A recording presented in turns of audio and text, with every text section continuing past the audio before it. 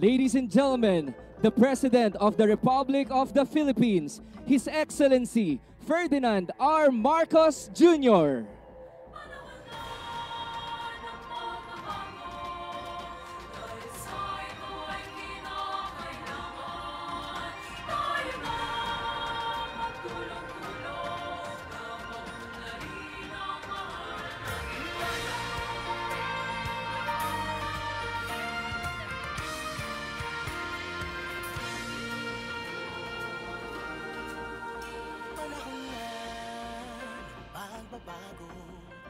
Dahil sa ito ay kinakailangan tayo na magtulong-tulong kapag na rin ang mahal natin bayan.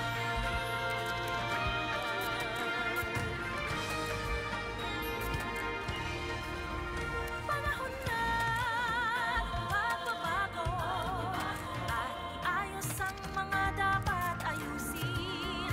Dapat lang maging tungkulin ng bawat mamamayan dito sa atin. Gawin ng pagbabago patungo sa pag-asenso, magsikap ng mabuti at nang guminhawa tayo. Malaki natin sa mundo at ipamalas ang bagong Pilipino at bagong Pilipinas.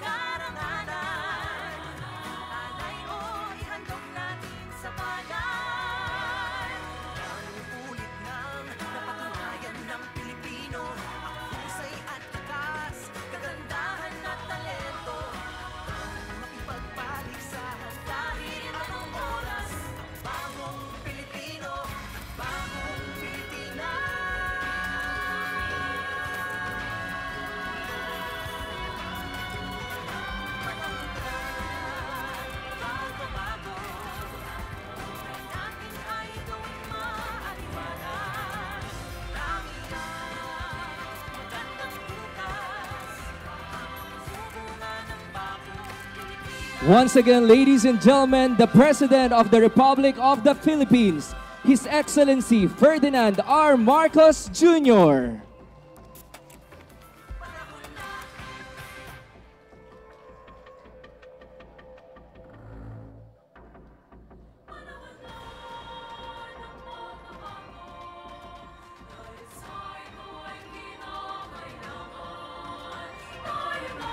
We may now be seated.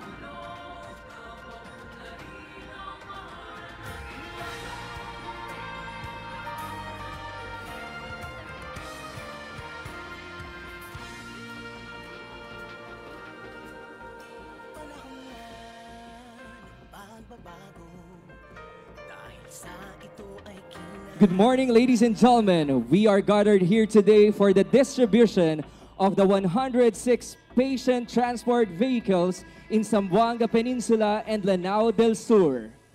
To formally begin our program, now may we call on PCSO General Manager Melquiades Robles to deliver his message. Good afternoon to all our fellow government workers. Kami po ay natutuwa at we have gathered here. This is a sign that you also partake with our mission of bringing healthcare sa ating pong mga kababayan. We bring the vehicles, literally the vehicles, but kayo po ang magiging partners namin sa paghatid ng mga kababayan natin na may karamdaman papunta po sa nearest hospital.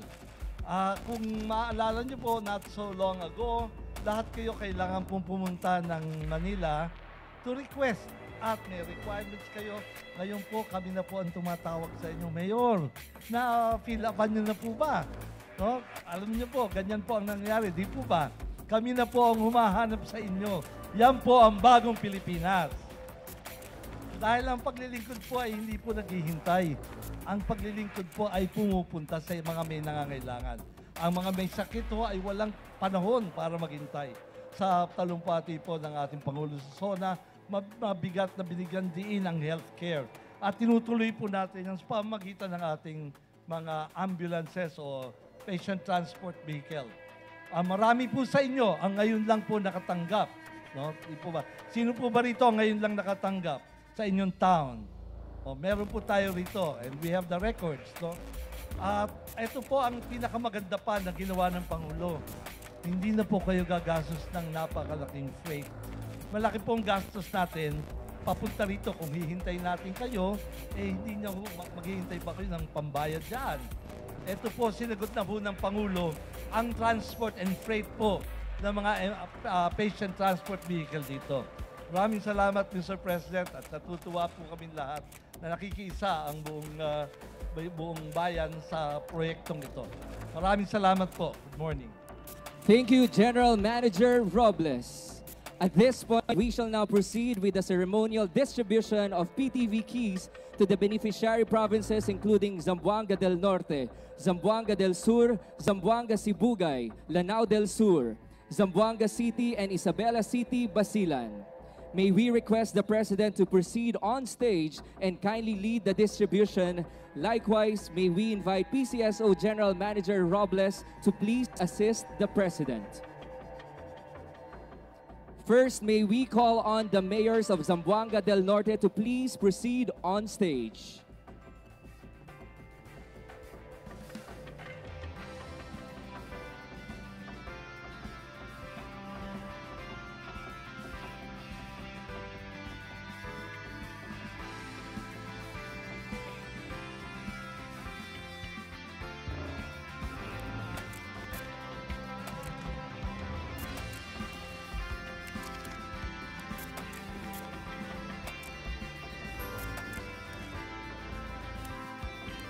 May we now call on Governor Darrell Dexter Uy to receive the PTV key.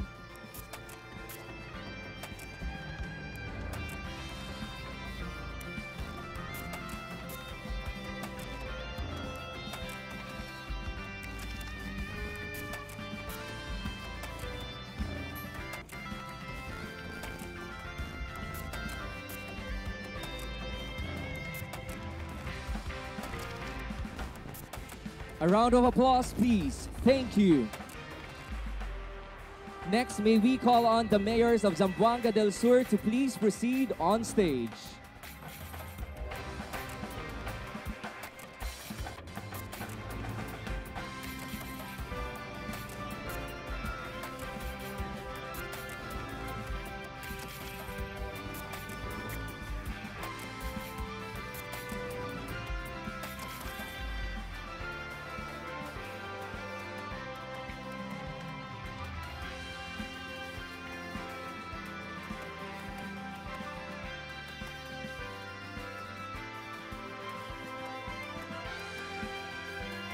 May we now call on Governor Divina Grace Yu to receive the PTV key.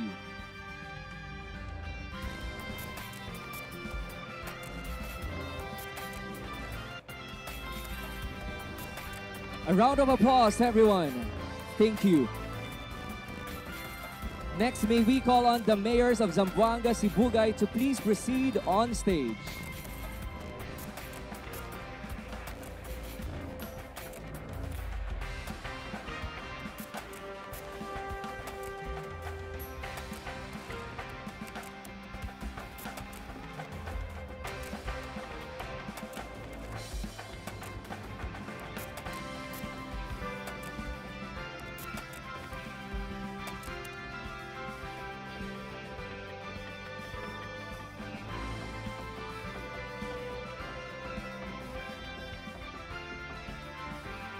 May we now call on Governor Dulce Ann Hoffer to receive the PTV key. A round of applause, please. Thank you so much. Next, may we call on the mayors of Lanao del Sur to please proceed on stage.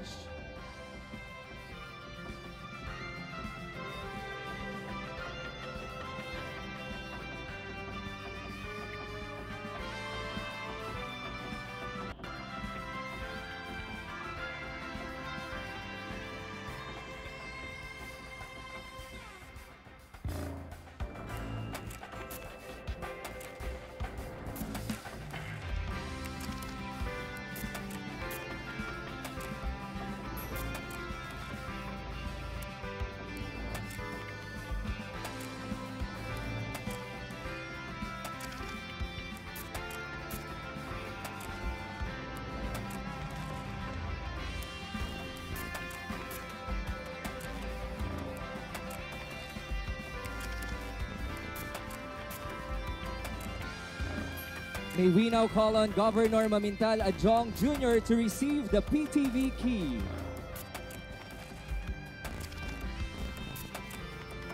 A round of applause, please. Thank you. Next, may we call on stage Mayor Kimer Adan Olaso of Zamboanga City to receive the PTV key.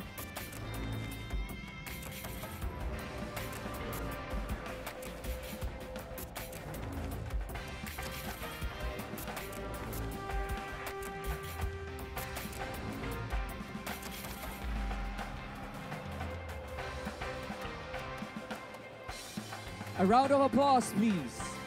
Thank you. Lastly, may we call on stage Mayor City Jalia Turabin Hataman of Isabela City, Basilan to receive the PTV key.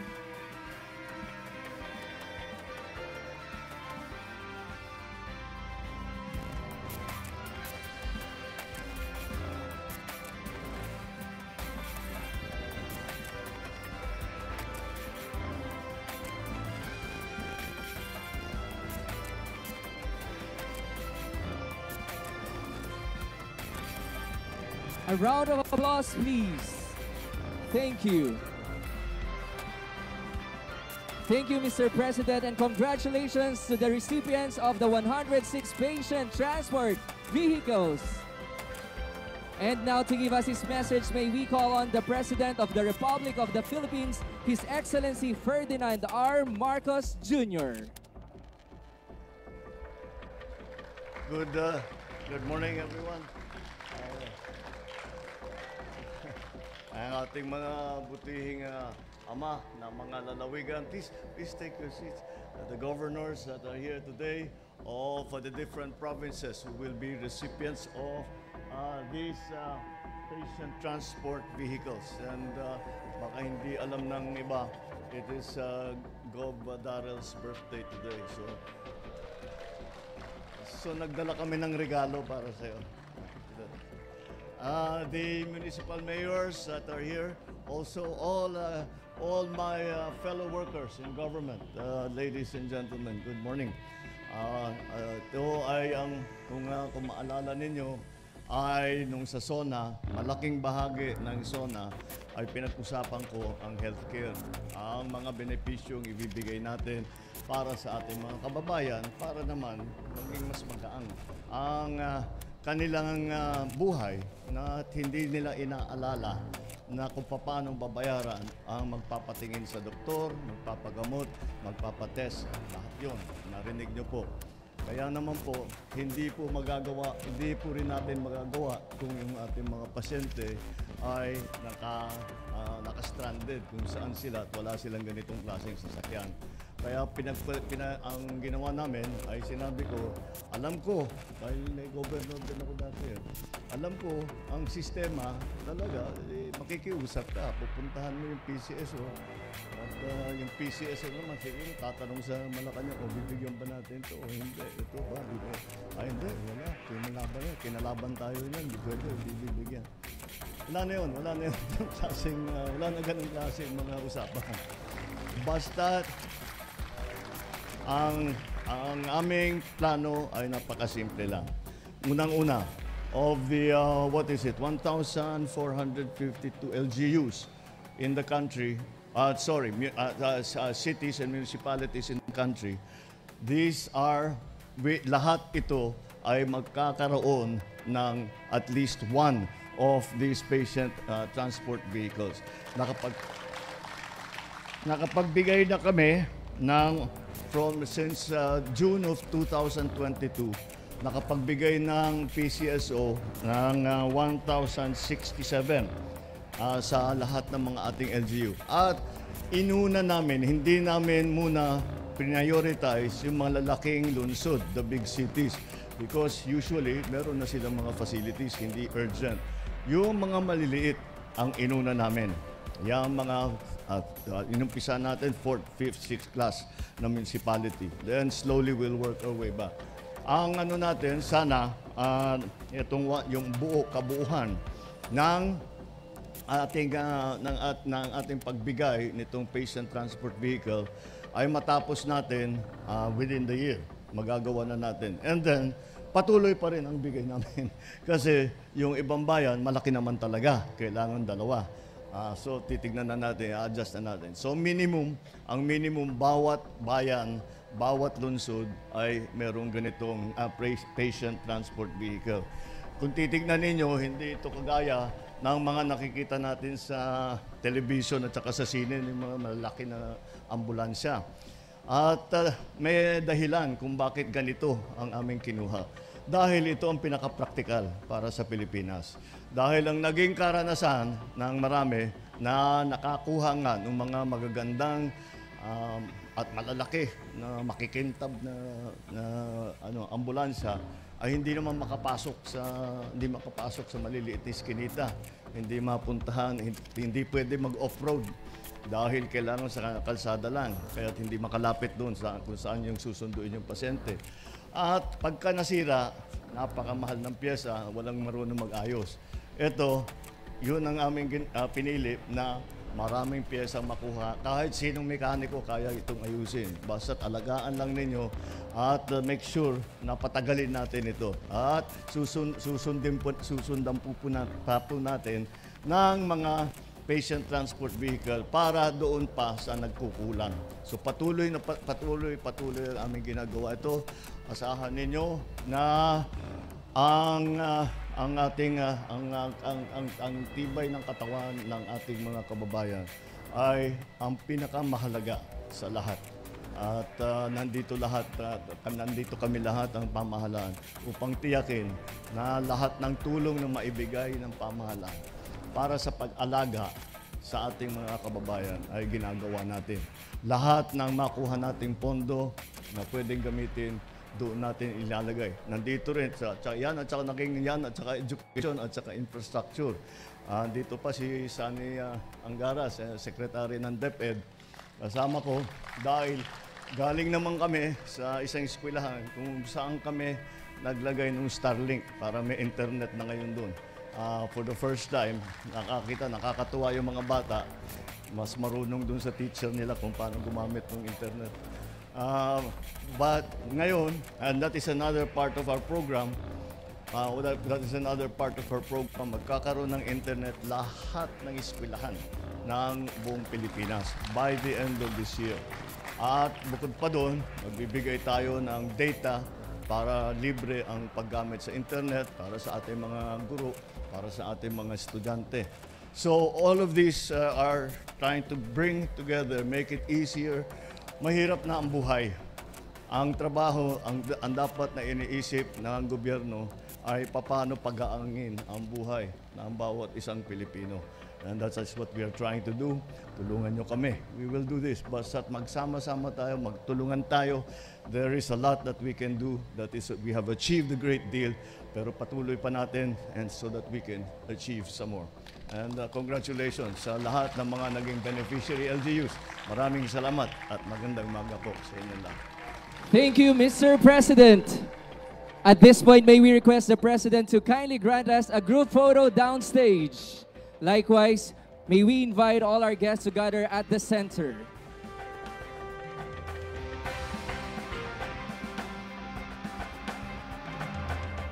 Get ready, everyone. At the count of 3,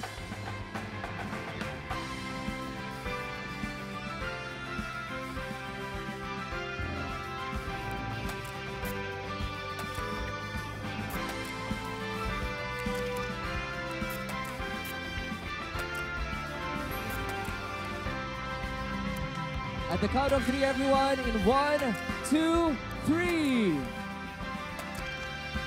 Thank you, Mr. President, for granting us a photo opportunity. And that concludes our program. Thank you, Mr. President, for gracing the distribution of the PCSO patient transport vehicles in Zamboanga Peninsula and Lanao del Sur. Once again, ladies and gentlemen, the President of the Republic of the Philippines, His Excellency Ferdinand R. Marcos Jr.